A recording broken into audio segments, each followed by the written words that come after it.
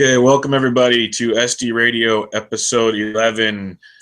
Tonight will be myself, Brian, and Roto Chronicle Chris partnering up to tackle the closers rankings, the final set of rankings for fantasy baseball.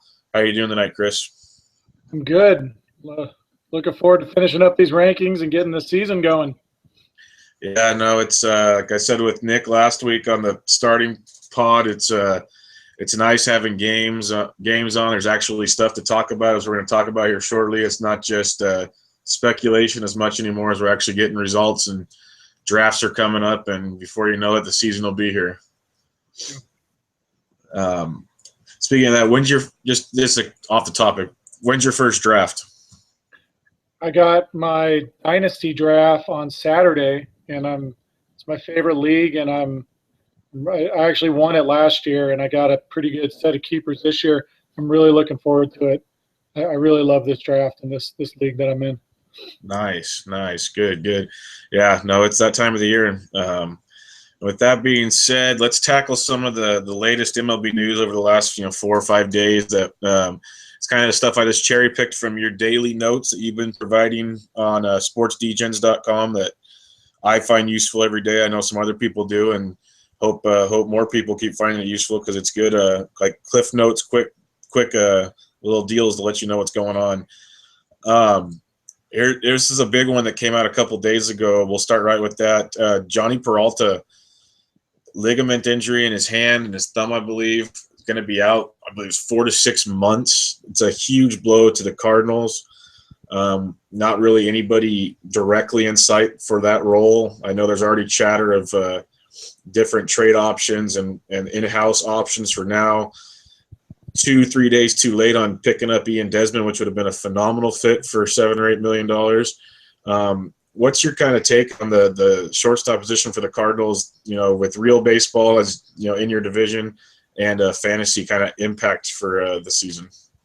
Well, real baseball wise, this is a pretty big blow for the Cardinals. They, Peralta was slated as their cleanup hitter this year. The guy, you're not going to replace it. Like you said, they missed out on the time frame with Desmond. This hurts for the Cardinals, and if you look, there really isn't an in-house replacement. They brought in Jed Jerko. They've thrown his name around a little bit. He's not a shortstop though. He's brought in to back up Colton Wong at second base. The name I keep hearing is this Cuban kid, Aladimas Diaz. I probably butchered it, but he actually got the start today in the game, which would be, I think, the first game since the injury. So I'm interested to see if that's where they go, keep it in-house, with this Cuban kid, because I don't know what they're going to be able to get out there, that 3-4 weeks from the season starting. This is pretty major. This is pretty tough for them. So I'd keep an eye on this Cuban kid and see if he keeps getting the reps or not. Yeah, no, definitely. That's a great guy to keep an eye on, because he probably wasn't going at all in drafts, or if someone just randomly decided to take him super late. So definitely we're keeping an eye on and potentially snagging late if he does claim the job, because that team, they win games, they score runs, they just do it with smoke and mirrors half the time. I know you see it firsthand way more than most of us do. They find ways to do it, and if he can be in their lineup and he can get on base and you can get him as a late round pick, there's going to be value there somewhere. So it's very good, but it is crazy. It's the first big injury we've kind of seen this spring, and there's always a few, and that's a massive one. A big one. The last couple of days, we've seen some signings. There's a few free agents left, and they're definitely going for below what most thought would be their market values. We'll start with the first one. Last night, reports came in that Pedro Alvarez joined the softball team known as the Baltimore Orioles, and probably going to DH with them, potentially platoon with Trumbo at DH, because you have Davis at first, Machado at third, and Trumbo might play right field also, but there are splits there. Is Alvarez even worth a flyer in leagues? What's your kind of outlook on Alvarez? Because he's going to score runs in that lineup. There's going to be options there. So what are you thinking with him? I think he's a flyer. This move happened pretty quick. I imagine he was first base last year, so he qualifies first base this year. I'm not sure. I'm not sure where I'd take him at. He's got the power, but he's a guy that doesn't bring much else. Yeah. So, I mean, it's like you were saying, it's going to be interesting to see where he fits in. I don't know. I mean, he's worth the flyer. He's going to get at bats. Sometimes change of scenery helps, but he's got to do more than just hit home runs. So I think he's worth the flyer. I don't know how invested I would be though. Yeah, the way I look at him is he's a good corner infield option for leagues that have corner infielders. You can get him late in the draft. I've done some mock drafts the last few days. He's not even getting drafted. That'll probably change for sure now that he is with the Orioles, and as time allows for them to kind of clear up the situation there and what his playing time is going to be. If he can get I'd say at least 450 plate appearances, he's definitely worth a late round flyer, because in that ballpark, in that division where there's a lot of offense, he's going to get his numbers. He hits home runs. I was looking at his numbers writing up, and when he gets, even 500 plus at bats, he's hitting you 30 plus bombs, driving you in 80 plus RBIs. And if you can get stuff like that late in your draft, that's stuff we've talked about before, kind of guys that can fill your stats you're needing for rotos. So that's a definitely got to keep an eye on. We're not saying reach for him, but definitely there is value to be had with Pedro. The other kind of signing that's interesting, because it's depends on where you read. Some places he's got a for sure job. Other places he's strictly a platoon. Austin Jackson signed with the Chicago White Sox on a 1-year deal, and reports are saying he signed with the White Sox because he could play center field there. He was offered more money with the Angels, but obviously they have a Mike Trout playing center field, so he didn't want to play the corner outfield. So there's all kinds of stories where he'll start and Adam Eaton will move to the corners, or he'll platoon with Eaton. Austin Jackson had great years early on with Detroit. He struggled the last few. Mm-hmm. Is he a guy worth looking at late in your draft? Probably not. I mean, I shouldn't start with probably not. I mean, I think you're right. He's going to get at bats. I mean, from what I've read, Eaton's going to move to right field, and Cabrera's going to stay in left. And the real victim of this is Avisail Garcia. His at bats are going to be diminished, even though they're saying they're going to try to get him at bats. I mean, we're just going to have to see how it plays out, but this isn't a situation I would necessarily invest in.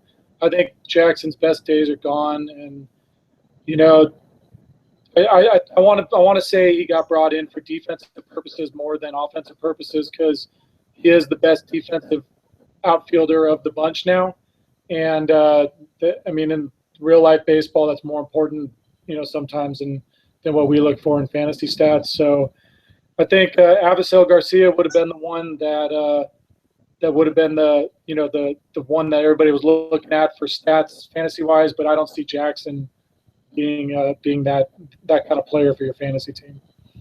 Yeah, I agree. He's probably not a guy worth drafting per se, unless just weird things happen in your draft, and that's just what kind of falls at the end. He's definitely a guy worth looking at, like, on your waiver wire and keeping an eye on, because if he does get to bat near the top of that order, they did trade for Frazier. You have Abreu. Melky produces. So if he can hit towards the top, he'll have chances to score runs and steal bases. Again, that relies on getting on base. But, yeah, I wouldn't say he's a drafting option, but if he can find something close to that form of his early years in Detroit, there's definitely value there that you could snag off the waiver wire that could become very valuable for you. Yeah. If you can get to the top, I mean, you're right. You got to see where he lines up, because I believe Eaton's leading off. I mean, and Melky, I got to think maybe second, and then, I think he's probably going to end up near the bottom somewhere. If he can work his way up top, then I think all that comes into play. Yeah, definitely. I'm just thinking he might be able to sneak into second, because I know Melky hit third a lot last year, and if they want to do like a third, fourth, fifth with Melky, Abreu, and Frazier, it's an option. But yeah, like I said, that's something to pay attention to in spring and kind of see where that all unfolds. It'd definitely be worth looking at if you got that. Here's one that kind of stuck out to me, because I didn't even see this coming until I saw, I think it was your notes on Saturday. Andre Ethier was named the starting left fielder for the Los Angeles Dodgers, and this isn't even a Giants-Dodgers thing to me. Ethier has been a thorn in my side because he produces in a weird way. It's like when you don't think he's going to do it, he gets it done. And he puts up his numbers, and I haven't broken down his numbers. I didn't look into it, but he puts up consistent production. And the fact that he's benching Carl Crawford, who they owe a lot of money to. Well, they owe a lot of money to a lot of players. But the fact that Carl Crawford now moves to a backup fourth outfielder, and Andre Ethier now has a starting role, he becomes sneaky to me if as kind of a flyer late. I'm not saying I'm going to draft him, but he's definitely on my radar now. What's your opinion on Andre Ethier getting the starting gig in LA? I mean, it's crazy. They owe Crawford, I mean, it's $20.75 million this year, and it's $21 million next year, and he's going to be on the bench. And I was with my buddy today, who's a Dodger fan, talking to him. He calls Crawford their sixth outfielder behind Van Slyke and Kiki Hernandez. So Crawford's down there. I mean, you know, Ethier, he's gonna get at bats. Obviously, they committed to him. I mean, I think you're right. He's a guy. He's sneaky. He's a guy who, you know, over the years he's produced. I mean, he's kind of been in that turmoil of not getting a full-time gig, so he hasn't put together full season stats. But I mean, in limited ABs last year, I mean, he hit 14 home runs and 53 RBIs. He had a 294. I mean, I'd look at that before I'd look at Austin Jackson, who we just talked about. So, I mean, I think he could be worth something, and I don't think he's really challenged right now. I mean, obviously, Van Slyke and them are going to get some time, but, you know, they'll probably get time across the outfield because Puig always seems to be out a couple games. So, I don't know. It's someone I'd look at to fill a spot. Yeah, no, that's exactly it. Van Slyke and Hernandez are great. Hernandez, rumor has it, especially before they made all those moves to get Kendrick back and Utley back, he was going to get to play some second base for him, which would have really kind of cleared up this a little bit. But he's a talented guy that I know they want to play. Van Slyke is a dream platoon split against lefties, so he's going to get his innings. And I think you hit it on the head is Puig's always either in trouble or hurt. And I know a lot of quote-unquote experts are huge on Puig. If he's falling to the right spot, I've noticed in mock drafts, I'll even gamble on him because the talent is there. But Andre Ethier, this is because, like you said, he's played in limited roles. Even if he plays 2/3 of the year and still kind of platoons, he's going to put up some solid numbers as a fourth or a fifth outfielder on your fantasy team. Yep. You got to look at those kind of angles. And a little plug for the future DFS write-ups. He is a DFS dream because he's always undervalued, and he gets those nice. He loves hitting righties, so keep an eye out for Ethier. It's something definitely to look into now that he has a starting gig. This is one I threw in just for your guilty pleasure. Billy Hamilton, yeah, your favorite outfielder, has a shoulder injury now. So he already had trouble getting on base as it was healthy. Now he has a shoulder injury. I'm just going to just leave it there for you. What's your thoughts on Billy Hamilton? Well, I mean, if they listen to our pod, they know this guy is just fantasy kryptonite to me. Like, I do not want to touch this guy. I mean, he had off-season shoulder surgery, like you said. The guy is already experiencing problems now. He's doing conditioning drills. That's all he's doing, conditioning drills. He can't get on base. In this debacle of a team, they've rewarded him with the leadoff spot, which, I mean, it's just – I can't even talk about how much this guy is a waste for where he's getting picked. I mean, if you need stolen bases, wait for anybody besides Billy Hamilton, because I'm telling you right now, he's not playing a full season. He is not playing a full season, and he is waste of a draft pick wherever he's going. I mean, this is nothing personal to Billy. If he ever finds his way listening to this, this is strictly fantasy. I mean, I am not drafting this guy on my fantasy team. There's no way. And it's already showing signs. Everything I was talking about, it's already coming up. Here's the shoulder problems, and it's not good for a guy who can't get on base. Yeah, no, I'm just going to leave that there. It's screwed up by the Reds on how they just mess with fantasy players' dreams by leading him off. If they batted him 8th or 9th, this wouldn't even be a discussion. But the fact that they have him leading off, it just gives everybody hope that he'll figure it out. But I'm on board with you. We talked about it before, and I just wanted to bring that up because it's just another thing to remind people that there are options out there.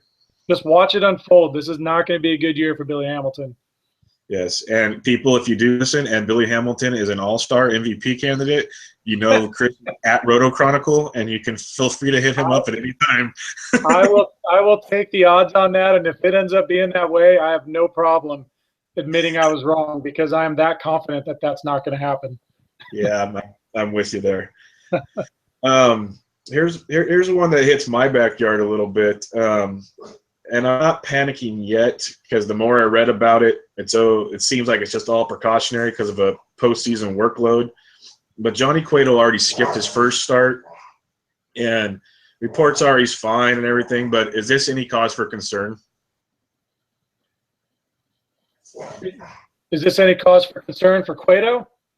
Cueto for fantasy value, anything like that? I think it is. I mean, I know you're a big time Giants fan. I don't know how worried you are, but he had elbow problems last year, and I mean, I would love to think that the Giants did their due diligence on this before they gave him $130 million. So I would like to think that this is something that they at least looked into, and I'll give them the benefit of the doubt and not panic yet. But as a non-Giants fan, I'm concerned. I mean, this is something where I probably obviously watch it, but if like this Saturday, I believe Cueto's not available, but if he was, I would probably let him go and just pick someone else who was, around that pick that I was a little safer.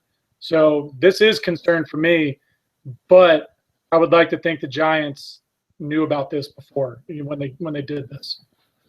Yeah, the reason why I'm not as concerned now, and it could change really quickly if something else happens, is immediately, I follow pretty much every beat writer they have, and it was that all the people were saying the right things. Was he had a heavy workload, he took an extra month off to rest compared to other guys, so on. So all things that make sense, all things that Giants have dealt with over the last 5 years of playoff runs.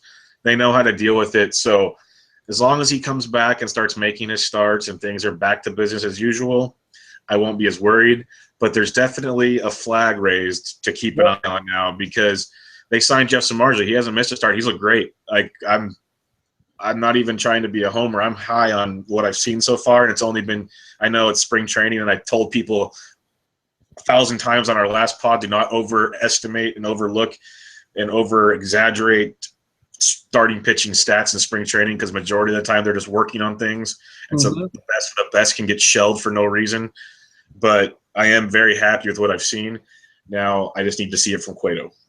They could protect their investment here. This is year one of how many years was the deal? I know it's $130 million. I want to say it was 5 years with the opt-out after 2. Yeah, so I mean, they're not going to trash this guy's arm in spring training. This could carry over into the season where they slow roll him out of the gate. I mean, we don't know what's going to happen here. Yeah, exactly. So we'll see how that goes. But here's a pitching problem that has massive concern, and it might open up a spot for a team that fortunately has some depth in the starting pitching position, or quality of depth, we're not sure. But Brett Anderson is out 3 to 5 months of undergoing back surgery. I know you wrote on this a little more, so you have more knowledge of the situation than I do. What I've been seeing is the 2 main options for taking his spot in the rotation, at least till a Ryu's healthy and whatever, is either Mike Bolsinger or Brandon Beachy. Beachy was great with Atlanta. We haven't really seen it yet since he's coming back from injuries the last year, but his talent level was great with Atlanta. So I like Beachy in a starting chance. I'd give him a look. Bolsinger was formidable last year is the way I'll put it. He wasn't great. He wasn't bad. He wasn't dominating, but he got the job done. Give a little insight on this Anderson deal and kind of what you're thinking is going to play out in L.A. Well, Anderson, he's done till the All-Star break. I mean, he had surgery, I want to say it was today or yesterday, and it's the same injury he had in 2014. It's a second surgery. He's done. And, I mean, this isn't good for Brett Anderson, and it's really too bad. He's just a talent that's been just riddled by injury. So on the Anderson front, not good news. As far as the Dodgers, you're right, they do have depth. But, Ryu, his status is changing every single day. It was at a point where they have no idea when he's going to throw again. And then today, I believe he resumed his throwing program and he felt okay. I don't think that's a good situation either, and that's probably going to be going on throughout the season.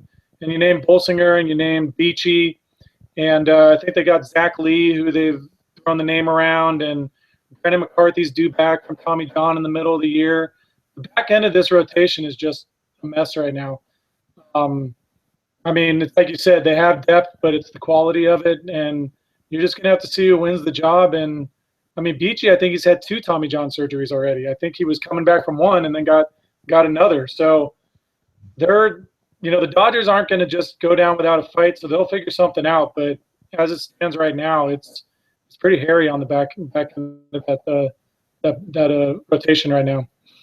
There is one thing I just thought of right now to look out for, and I did see these names mentioned, and it's very stinky because it's earlier than the Dodgers wanted, but they have 2 stud prospects in Urias and De Leon, who are both all of a sudden getting extra looks already.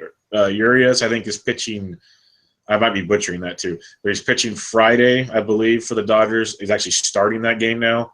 2 guys to look at. I know they didn't want to bring him up this soon, but they're both studs, and there's options. And they would. Urias, I believe it's Julio Urias. I look at his situation kind of like Jose Fernandez a couple of years ago when they gave him that starting gig out of spring training, and everybody, they couldn't understand how this kid, moved up so quickly and no one really knew who he was. Urias is next to Giolito out of Washington as like 2 1A, 1B prospects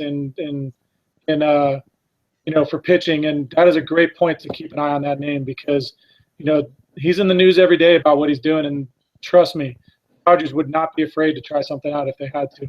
They're not going to just throw it away because a couple pitchers aren't, older pitchers aren't doing good. So that's a good name. Yeah, because those 2 were already kind of, dynasty keeper leagues were already targets. Now they might actually be worth a pick in a regular redraft league. Yeah. Next up, we'll go with a little wrist injury action for Jimmy Paredes of the Baltimore Orioles. He was kind of I don't know, he kind of came out of nowhere last year, was very productive for the O's.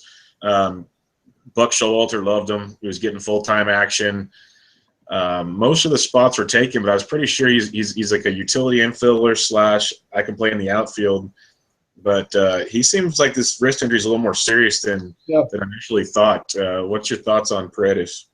Well, what I last heard was it's a possible stress fracture in his wrist, and I believe there tomorrow they were supposed to get a final say. They're waiting for some results. So it's not good news. And everybody knows as far as hitting goes, wrist is almost, next to oblique, and some other ones are some of the worst injuries you can have. It just saps your power. And I honestly believe that kind of led. I know the Orioles were looking at bats, but they ended up having to go with Dariel Alvarez or Nolan Remold in right field after Paredes went down because I believe they had Trumbo DHing. So this is kind of like the musical chairs that all this is like. And I don't think it's good for Paredes. And even when he comes back, I don't even think it's playing time's not there guaranteed anymore when with Alvarez in the picture. So it's kind of unfortunate. I think he was going to significant at bats, but I don't know how it's going to look now, especially with not knowing exactly what the final diagnosis is. Yeah, definitely. It's a shame because personally I liked him a lot, and I picked him in a dynasty league at the league minimum last year, and now I'm debating if I even want to keep him on my team. But another wrist injury that it was just one of those shame freak hit by pitch things that nothing you could do with. I saw the replay and it sounded bad initially, and the results were bad. Is Cameron Maybin, who finally started to look like he was playing like the prospect people thought he'd play with Atlanta last year, gets traded to Detroit, gets hit in the wrist, and now he's out 4 to 6 weeks with a fractured wrist. He was already kind of in a platoon with Anthony Ghost in center field. And with this wrist injury, like you already mentioned with Paredes, it kind of zaps your offensive potential. To me, Maybin's almost not even playable in fantasy anymore, which is a shame because he was an option. What are you thinking on Maybin? Yeah, I mean, I'm the same. It was already a platoon role, like you said, and it's a good lineup to be in if he could get in there. And this is one of those things you're just gonna have to see how it plays out when he comes back. I mean, he's due mid to late April, so he's gonna miss the first month. Plenty of time for Goes, who's been, he's a speedster at the top of the order. If it's clicking, they're not gonna mess with it. I mean, you just got to see how it plays out. I wouldn't draft him. You got to wait. I mean, he might have problems coming back. I mean, there's so much question marks around a wrist, and if they're clicking, they're not going to change it. I mean, got to see what's going on. You got to see what happens. Yeah, definitely. We got our first spring training Tommy John today, and it's actually, it's really bad for Carter Caps. This is no dig at Carter Caps, but when it comes to a fantasy perspective, it's a lifesaver for us because he was in a full-on position battle. They're going to work it out through the spring as the Marlins closer with AJ Ramos. Well, we're not going to go too deep into this now because we're going to probably get to it throughout the pod. But now Ramos is the clear closer in Miami, and Caps is out for a year. So my whole reason for this is to bring that up. But what's your kind of you can do it now or we can talk about it later. What's your views on AJ Ramos for the Fish? He took the job from Cishek last year, and they ended up getting rid of him during the season. And Cishek was the closer from the year before, and I know he was faltering, but his leash was short because of Ramos. And Ramos is legit. I mean, I know Caps has those undeniable stats where you almost have to make a competition because it's kind of like the Ken Giles, before he was closing. And these guys are so good. It's like, I mean, the stats are unbelievable for Caps, and it's very unfortunate. But I think Ramos is a solid closer, and I think he's solid. Miami always tends to be a decent team. They got some good things going on. They're a young team coming up. I think he fits in perfectly. And he's a guy I would be targeting. I mean, I think he's going to be a great closer, especially with value this year. I think you hit it on the head when you said made the job easy for us. I mean, Ramos is I feel good about him as a closer. He's some guy I would definitely be looking at. Yeah, and his draft position will probably raise now, obviously, because there's no battle, but he's still kind of one of those middle to late draft options for the closer position. So definite value there. Definitely agree with you on that one. When it comes to another guy battling back from, I believe it was a wrist injury, I could be wrong, was Freddie Freeman of the Atlanta Braves. And when we talked first base pod, it was kind of speculated of, when's he going to start hitting? When's he going to do this? When's he going to do that? Well, every day it seems like he's getting better and better, and they're letting him hit more and more.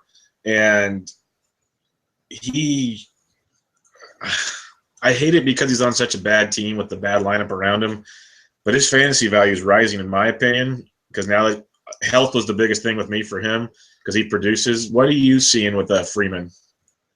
I mean, he was actually my bust for first base, my overvalued. I mean, he didn't pick up a bat all winter, and he showed up to camp and he was still not swinging. I mean, it didn't look good, and he's done well in his first week. And if I re-ranked, I'd probably move him up around where I had Belt, and I think I was just outside the top 10. Below Hosmer, just around above Belt, right around there.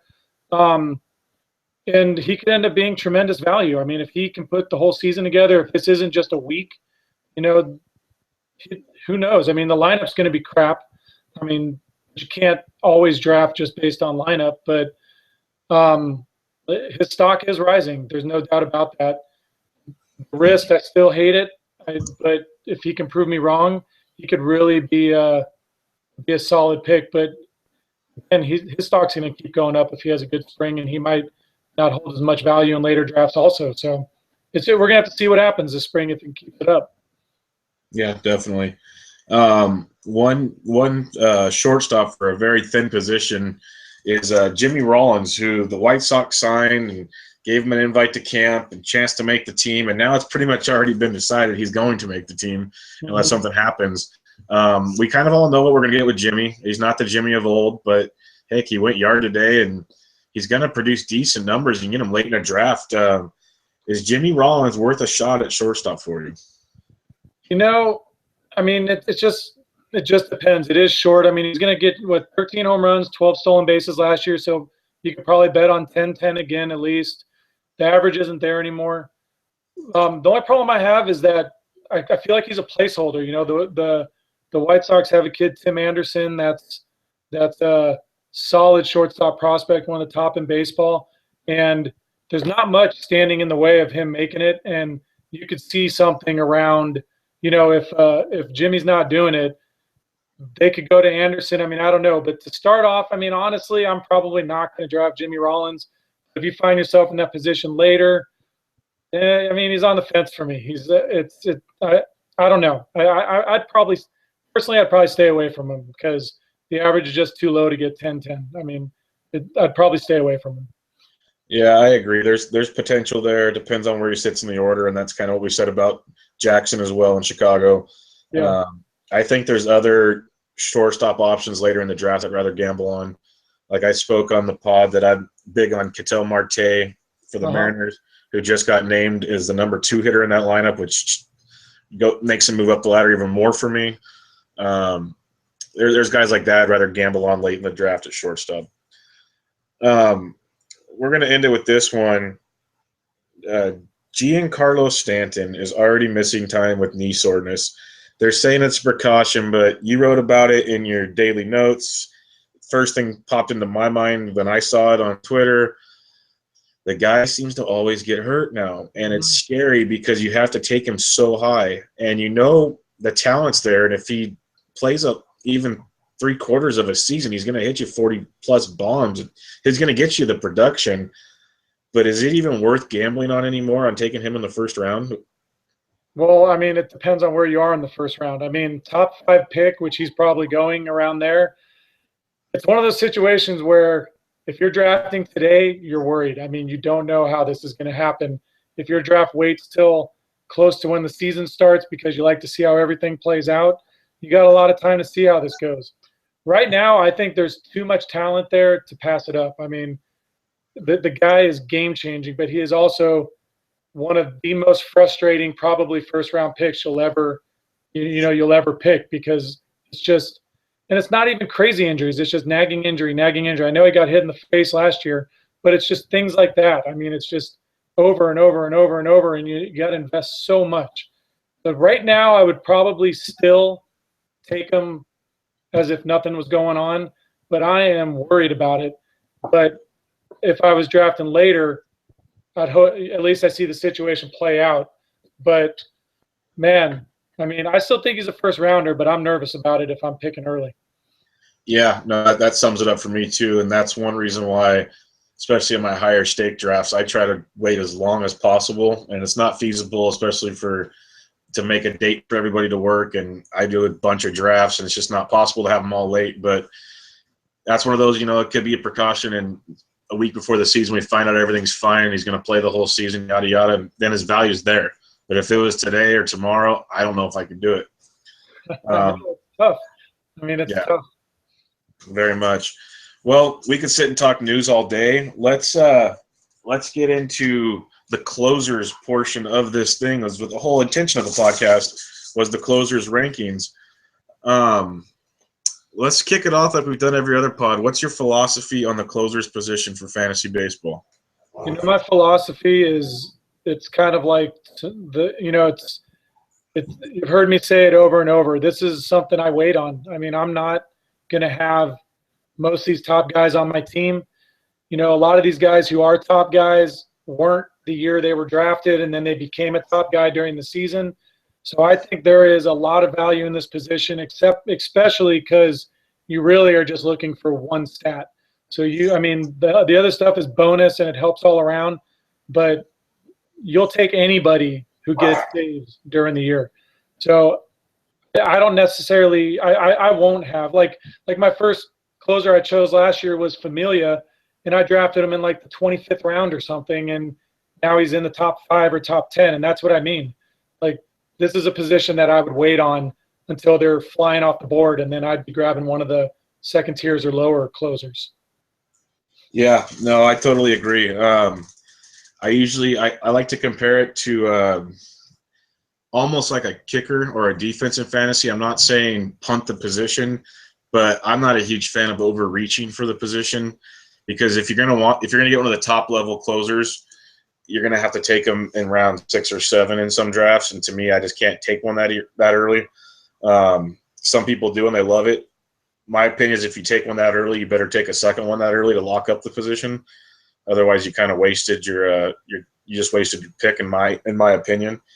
I look for guys with high K per nines. Yeah. So at worst, they're going to pad your strikeout position, and usually that'll relay into a decent ERA and WHIP. Usually, if you can't get something like that, because most of the high K per nine guys are the ones that go early. I look for teams that have a good chance to win 80 games, half their games. And I try to avoid at all costs the position battles. Another fantasy football reference, you try to avoid the running back platoon situation.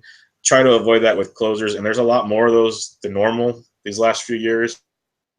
And we'll get into that later in the pod. But closers is a position you can, if you really pay attention to your waiver wire, you can do pretty well to pick up guys throughout the year. So that's another reason why I don't like to go too early on a closer. Now we did our rankings. We ranked 15 closers. We have a lot of similarities there because, like I said, the cream of the crop kind of all stand out the same. What's your 1 through 5? The 1 through 5 was, the top 3, Jansen, Davis, Kimbrel. What's the difference really?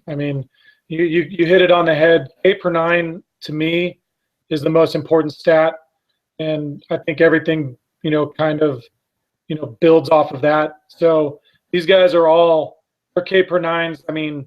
Minus Davis, but this could go up. They're like 13, almost 14 Ks per 9 innings, and you want guys who come in with the bases loaded and just lock it down and K the side. That's elite closer stuff right there.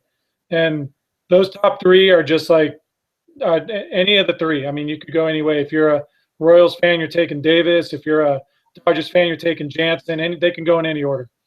The one that's different for me now is Chapman. I originally put him as my 4th, but I would drop him pretty significantly now. He's going to miss 30 games. I believe that takes him into almost mid-May, May 9th, I think. And then you got Andrew Miller and Betances is there. Chapman's going to get the job back, but it could be another week. They could ease him back, and now you're looking mid-May. Maybe the couple save opportunities don't happen, and now you're end of May, and you got 2 months you just spent on an elite closer.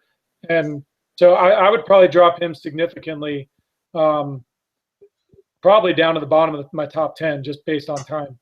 So that's the big thing in my top 5. And Giles would then move up. I think he's the example I gave with Familia, where he's going to be an elite closer when we talk about this next year. He's got his K9's over 11. It's like on the Cubs. He's on a very exciting young team. It's just going to be so much excitement in Houston, and this guy's so much energy. He's just going to be locking it down, and we're going to be talking with Jansen, Kimbrel, Davis, Giles next year. So those are my top 5, and Chapman's the one that wouldn't be there today. So.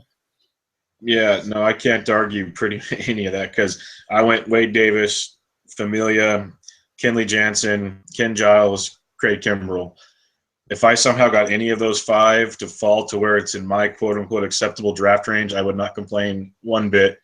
And I've noticed I can get some of these guys, especially Giles. I'm just overlooking him, and I know you just said you might have just moved him into your 5th now. The last two days I've done mock drafts for a little thing I'm working on, and Giles is going like round 10 or later, and that's when he's almost very, very likable in my opinion. I did a draft today where I got Kimbrel in the very end of the 8th round. So guys are falling differently. Mock drafts, you take them with a grain of salt. The biggest thing that stands out with these guys, they're on winning teams. Mm-hmm. They've been consistent, minus Giles because he's got a smaller sample size, but they've all been consistent. And like you said, their K through 9 is ridiculous. Last year, I'll just name them real quick. Davis 10.4, Familia 9.9. Year before, he was well over 10. Jansen 13.8, Giles 11.2, Kimbrel 13.2. You can go back and on these guys, and they have track records. They just do it time and time again. They don't bring heavy ERAs and whips with them. Knock on wood, closer situations vary. They're not going to kill your team. They're going to help your team. I really like those 5 guys. I'm not going to go super more in depth on these because it's the closer's position, and all hell can break loose at any time. But those 5 guys are very, very solid and a great starting point. If you do cherish closers and take closers early, any of those 5 could be great. I actually wanted to state one more thing, though. As much as I hate saying it because he's a Dodger, the more I looked into this and prepared for this pod, Jansen could actually move to my number 1 just from what that guy brings to the table. But I hate saying that so much because he plays the Giants 18 times. That means he has to beat them up too. Hey, all you guys got to do is win the games, and then you never have to face them. Yeah, well, we just win the wild card, and then we win the ring, so they have to beat us a few times. Okay. Well, like I said, kind of in my long-winded way earlier, the closer's position, I don't like to go early, so I look for sleepers, and there's a lot of decent ones out there. What sleeper kind of guy are you looking at, Chris? You know, I kind of pivoted from my list, and I looked for a guy with real value. And, you know, people are going to be surprised. And this is a guy, I mean, he's going in the 20th round as the 24th closer off the board. And I think there's really good value in Jake McGee. You know, he just left Tampa Bay and went to Colorado, and everybody's going to say, Colorado, you know. I mean, to me, you know, with the closer role, you need 1 inning. We're not talking about a starter. We're not talking – I mean, this is 1 inning, which a lot of spots could be on the road too. I mean, this guy pitches. We're talking K per 9, 11.57. Okay, 11.57 K per 9. That's going to play anywhere, Coors Field, anywhere. The guy has 286 Ks over 226 innings in the last 4 years. So this guy can pitch. Tampa Bay got rid of him to keep Boxberger, but I think Colorado really picked up a good arm here. And like I said, he's going in the 20th round, 24th overall. But this guy's going to get you like 5 saves less than what some of these top-tier guys are getting. I mean, he's in the projected for the mid-30s. So I think this is tremendous value late if you can swallow the Colorado portion of this, which I don't think is going to be the biggest deal. I don't see anybody there that's really challenging him. I mean, really, truly going to challenge him. I like this guy late, Jake McGee. Yeah, I like him a lot. There's nothing not to like about the guy, except the only concern I have is the rumors already circling that if they're not in contention, he's a trade piece. But if he's a trade piece, he'll probably go trade to a team where he's going to close there too. Mm-hmm. But that would be the only slight concern. But you can't draft a possible mess like that, especially like you said, 21st round. Come on, definitely worth a shot. Yeah. My sleeper is a guy that's not as proven, but he shows stuff, and he's on a winning team, and he meets a lot of my criteria I like. And right now, he's 16th closer off the board, 142nd overall, and that is Sean Tolleson of the Texas Rangers. Last year, he had 35 saves, a 2.99 ERA, and a 9.5 K per 9. That was just his first year as the closer. He's going to get a lot of chances. At least he should get a lot of chances with the Rangers. They're going to be a very good team again. The only thing that scares me at the Rangers is sometimes they score too many runs. But Tolleson is going to get a lot of chances. I look for his ERA to get even better from the 2.99. In other years was much lower, so that kind of might have been a kind of fluky situation. Like I said, you can get him late. He fills the categories you're looking for. If you can get over 30 saves that late in the draft, that's pretty darn good. So my sleeper is Sean Tolleson of the Texas Rangers. Now, when it comes to closers, like I said, there's certain teams with certain turmoil issues and lots of changes. What is your kind of overvalued, overpriced closer? Well, I mean, my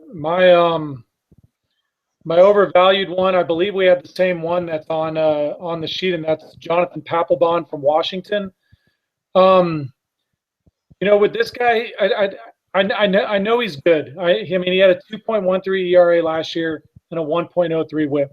I know the guy's good, and he's on a good team. And they traded Drew Storen, so obviously they still believe in him. The problem with him, at least for me, is one is K9. I mean, it's under 8, and it's continuing to fall. I mean, he's older. He's losing the velocity. His fastball is topping out at under 92. I mean, you can only finesse as a closer for so long, and that's basically what he is now. He's control. He has great control, and he's finesse. He's not blowing guys away. I mean, at some point the shoe's going to fall off. And, you know, you got to take him in the 13th round. That's way too early for me for a closer. Way too early for a closer that I believe is on the downside, where it could be any year, which is the first bad year. I mean, and it could be this year. And there's plenty of other guys around him that I'd rather be grabbing. I mean, you could get Rondon from the Cubs, young and exciting. So you can get AJ Ramos, like we talked about, you know, and then all the other value that we just talked about. I mean, and we're talking a few saves less than Papelbon. So, you know, he's tremendously overvalued for me for what could happen. And I'd feel much better taking the sleepers that we talked about than I would taking Papelbon. So he's my overvalued pick. Yeah, and like you said, we shared the same one, and I echo pretty much all the sentiments you have. He gets the job done, and it's more of just I don't know if comfort's the right word, but just a comfort thing with me. I just don't want to have anything to do with him. And he's just a gigantic head case, and it worries me. You look at his numbers when he got traded to Washington, he had a 3.04 ERA and only 7 saves in his time in Washington. And one of the biggest factors goes back to what we've talked about all along with what we like in a closer is his K/9 is dropping. Like you said, last year it was only 8, and that's he basically had career lows all over the board in a lot of categories last year, and he continues to decline. And he's going to be on a team that's going to win games, and he could have a great year. I just don't want anything to do with him. I'd rather gamble on other guys, like you said. And one other guy I'll mention real quick, I know it was Nick's guy, and I forgot all about him. That's how much I could care less about the guy until Nick mentioned him, is Fernando Rodney. Do not touch Fernando Rodney. Please, please, if you take anything away from this podcast, do not touch Fernando Rodney. You don't want the shot at the end? No, not unless it's him leaving the stadium. Do not take Fernando Rodney. Here's a little twist we added to the pod this week instead of the standard format we've been using, and this is kind of because this is what happens in the position. We said it, there's all kinds of battles and platoons and this, that, and the other. So we're just going to quickly run through some ones to keep an eye on. I'll start out with the Yankees. Andrew Miller's going to start out there with the Chapman suspension. When Chapman returns, we'll see what happens. I stated last week that I think he'll get the job back because that's what they traded him for. Yep. But what's your thoughts on this, Chris? I agree. I think he gets it back. We'll see what the time frame is as far as like a week or whatnot. But by middle to end of May, he's closing. He could be closing on May 9th when this first came back. So he's definitely getting the job back. Yeah, he's getting it back. And like you said, he's kind of down to your top 10, but outside of your top 10. That's kind of where I have him now. We're still a guy, and I said it on the pod last week, if you have room for him somehow, some way, and you can make it work on your team, I personally would save this man because he is a game changer at the closer position. A guy that can strike out over 100 guys, and he's only missing a bunch. He's going to strike out 85 guys or something or more. Like, the guy's lethal. It's just where you have to take him. The risk reward, I don't know if it's there, but right. It's definitely worth looking at it. Yeah, he's a great stash. Yeah. Another closer situation to keep an eye on is the Diamondbacks. They have Brad Ziegler there, who closed for the first time last year, or got the first full-time role last year.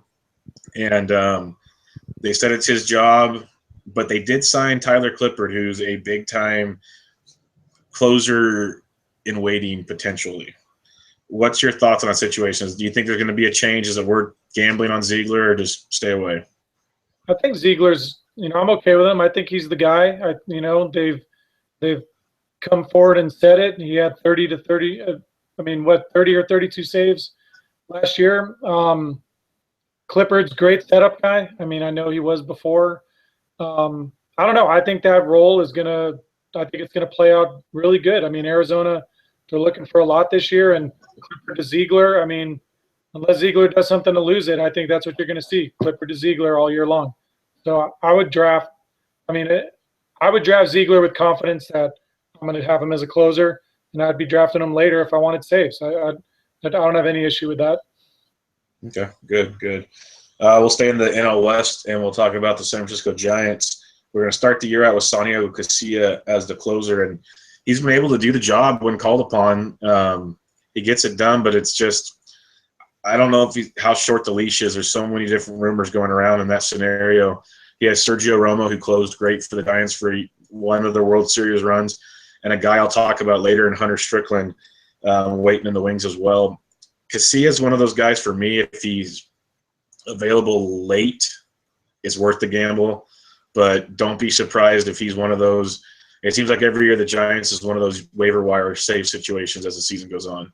So what's your thoughts on the Giants closers? I'm with you. I mean, I think Casilla is the guy. I mean, you know well more about the insides of this situation than me, but if I'm drafting on draft day, Casilla had 38 saves last year. I would see no reason why I wouldn't take him with confidence as the closer this year. I mean, this is going to be par for the course with closing. I mean, there's going to be 15 different closers by the end of the year than we are talking about right now. So you can't we can't draft on – I mean, if the guy has the job, you draft him. And if you're getting – it's a one category that we're looking for. So Casilla did great. I mean, I'm picking him like he's the closer. Yeah, no, like I said, if it falls right, it's fine because he's done nothing wrong. It's just it's a weird situation you're in and you're out in San Francisco. Tampa Bay Rays, like you said, the guy you liked as a sleeper is Jake McGee, and he was pretty lights out when healthy for the Rays. But the guy that filled in for him is Boxberger, who did very, very well. He's just not a very known name, and there's always people trying to poke at, he might not have what it takes. They traded for Danny Farquhar, and they have Colomé in the wings as well, who's a very talented, hard thrower. I like Boxberger personally, and you can get him very late. What's your thoughts on the Rays situation? I like him too, and, this is going to spill over into our next segment, but Boxberger, I mean, he had an outstanding, season in 2015 or in 2014, and he had a huge there was a lot of expectations for him last season, and he kind of faltered a little bit. Still good, but not what he did the year before. But, I mean, it's one of those things where if he goes back, I mean, this is tremendous value in this guy. They obviously believed him in enough to get rid of McGee, who was injured last year when they came back. Was he going to challenge Boxberger or not? But they like him. I like him. I mean, I'm not worried about Colomé or Farquhar. I'm not worried about them. I think Boxberger's the guy, and I would draft him with confidence. Yeah, I think you hit on a very important part there is the Rays were willing to deal Jake McGee, who's pretty heralded by many as a closer position. So they must have in the clubhouse, they must have a lot of confidence in Boxberger, and that goes a long way in picking a guy you want to keep your job for you. Those are just kind of toss-up things to look at. Here's some actual true closer battles to keep an eye on throughout the spring, and some that, depending on when you draft, you might want to avoid and keep an eye on for later. We'll start with one in the AL East with the Toronto Blue Jays, who traded for Drew Storen, an off-and-on closer with the Nationals, and his career had good stuff. And they have Osuna in place, who closed last year. He's a youngster, first time, lights out. It's a straight-up battle in spring. Are you touching either of these guys? Or are you going to wait and see? What's your views on these guys? If I drafted tomorrow, Saturday, like we're saying, I would take Storen. I mean, I think Storen, publicly, they are kind of backing him. I know Osuna got the save today. But I also read that the trend in spring training is closers tend to work earlier in games during the spring and not necessarily closing games. They gave this guy, I mean, they gave up their leadoff hitter. I mean, they don't even have a legit leadoff hitter right now. They gave up Revere to get him. And Revere is a pretty solid outfielder defensively. I mean, you've seen the types of that's given up a lot. So I believe that they believe in this guy. I think Storen's the guy. I think Osuna's the eighth inning. I would take Storen in this role if I was drafting. Yeah, and you just mentioned a good point also, that something to watch out for in the spring training is the closer usually does pitch the fourth or fifth inning, especially early in camp. Like the last week or so when starters go longer, they'll start giving them more of the save roles. But right now they're putting them in early so they actually face the MLB talent. So definitely something to keep an eye on. That's a good point right there on who's getting those roles. The Milwaukee Brewers are just an utter mess of rebuild, I guess is what I'll call it right now. And on the depth charts, they have Jeremy Jeffers as the closer and Will Smith as the setup. Personally, I'll get into Will Smith later, but I think he should be the closer. At the moment, I'm not going to touch either one of these guys unless I can get Will Smith really, really late. What's your take on Milwaukee? I think you're right. Will Smith is the guy. I mean, I think Jeffress he's nursing a hamstring strain right now. I mean, that's one of those situations that could spill over. I mean, I don't think he's pitched yet in the spring, so he's probably a little bit behind. You know, Smith, 12.9 K9, 91 Ks last year, over 63 innings. I mean, that's closer stuff. I mean, I had Smith as a holds guy last year in my league, and he's great peripherals all around. I mean, I think you're right. I wouldn't necessarily touch it until it sorts out, but I think Smith is going to end up being the guy. Another guy I end up reading about in that whole situation that might not be right up front is Corey Nebel. I know he's a real lights out guy over there that could emerge at some point too. So definitely a situation you want to kind of see how it goes. The Seattle Mariners, they went and signed former Marlins closer we talked about earlier, Steve Cishek, who had problems, got all the way demoted to the minors, and now they're giving a gamble on him, thinking he'll rebound. They also traded for Joaquin Benoit, who closed a little bit for the Padres last year. He's closed in the past. He's also been a great setup man. It's a situation where right now Cishek's the guy, but I would not be surprised if somewhere along the line that changed just based on past performance or recent performance. I'm avoiding the Mariners closing situation, but I want to hear your take on that. Yeah, I mean, I'm avoiding the ninth inning aspect of this. I don't think Cishek, I mean, he ended up in St. Louis last year where he did decent, but the way I would play this situation is Cishek's the guy right now. If my league has holds, I'm targeting Benoit as one of my hold guys with the confidence that he's going to end up closing. I wouldn't be drafting Cishek. I'd be looking at this as more of like down the road, this is going to turn into a benefit for me by taking Benoit as a holds guy initially. So I think you're right. Benoit's going to end up with it because, I mean, Cishek has lost it to Ramos. You don't trade lights out closers over and over and over again, and now he's in Seattle. So, I think it's Benoit's at some point. Yeah, I totally agree. And Benoit's making the money given they paid Cishek. Benoit's getting paid a pretty penny right now too. Mm-hmm. You brought up a very good point that I did not mention yet. This section that we're going over right now is a great section for people that are in holds leagues, and I know a lot more leagues are going into holds leagues. A lot of these guys that aren't right now in the closer's role are going to get you your holds and have a great chance of getting you saves, which is very sneaky along those lines. So these are some guys you might want to keep an eye on in those leagues. We'll go to the San Diego Padres, and I'll make this real quick. Rodney's closing. Quackenbush is backing up, and they have a couple other young arms. I want nothing to do with Rodney. What's your take on the Padres? Yeah, I mean, I put down that, I mean, he's already hurt in spring, dealing with hamstring. He's still going to be the closer. But again, I'm looking on my depth chart, and I'm looking at who is going to be the eighth inning guy. And I'm going to be taking, if I do play in leagues that have holds, so I'm going to be looking at that situation as a guy I'm going to draft and hope that, it ends up turning into a closer later. I'm not taking Rodney either. Yeah.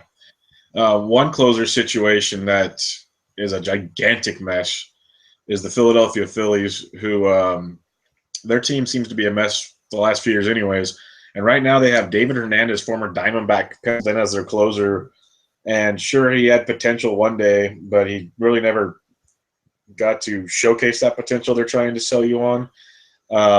And I don't even know who the backups are. I was looking it up, and it's just it's rotating daily. So I want nothing to do with the Phillies. There's potential hold situations, I guess, but it's all over the board. What are you seeing in Philadelphia? Way back when they initially got Hernandez, I actually wrote something about how he was potentially closer, and he's dealing with elbow soreness right now. And then it got turned into tricep tendonitis. I mean, that's red flag city right there.